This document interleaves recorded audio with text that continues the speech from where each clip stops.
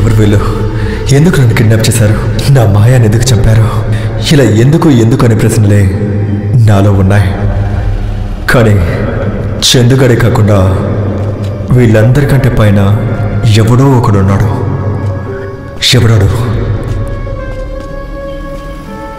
Sir,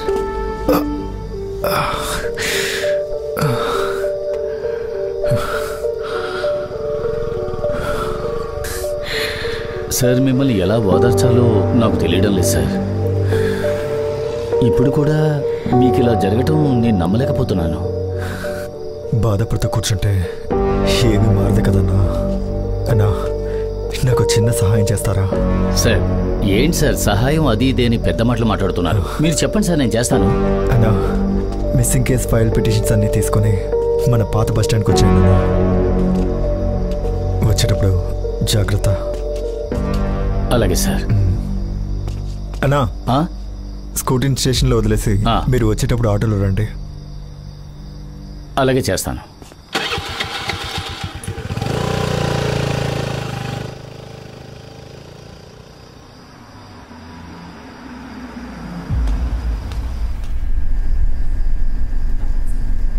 ఒక్క రోజులో I just can't believe it. ఏం చేయబోతున్నావురా? నరేష్ని కలవబోతున్నాను. ఇప్పుడున్న పరిస్థితుల్లో వాడిని కలవాలరా? అరుణ్ ఎవరితోనో ఫోన్లో మాట్లాడాడు. మార్నింగ్ లోపు అంతా అయిపోతుందని. ఆఖరిగా డోంట్ వరీ అన్నాడు. ఆ కాల్ ఎవరిదై ఉంటుంది?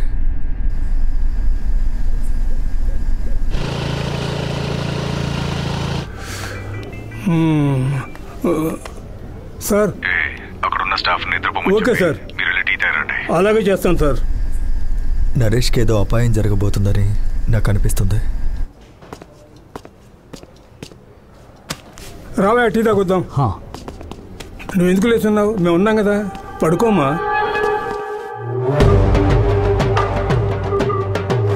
తెల్లారిలోగా పెద్దగా ఏదో ప్లాన్ చేస్తున్నారు. కొంచెం త్వరగా వెళ్ళరు.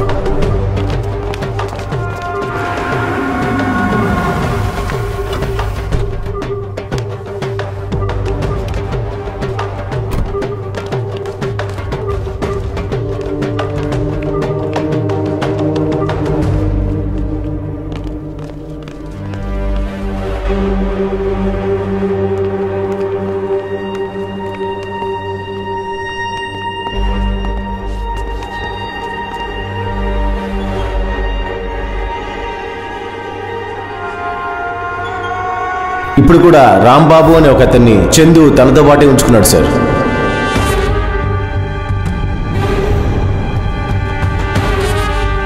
హలో సార్, మేడం మీ అపాయింట్మెంట్ రేపే.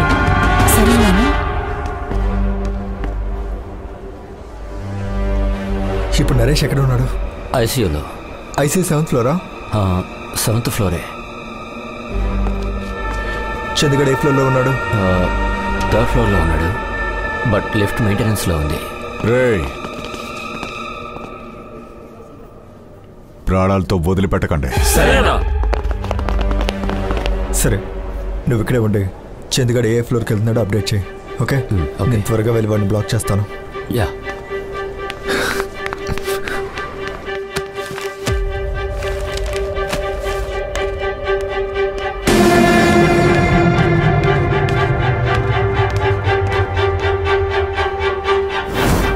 బాగున్నాను.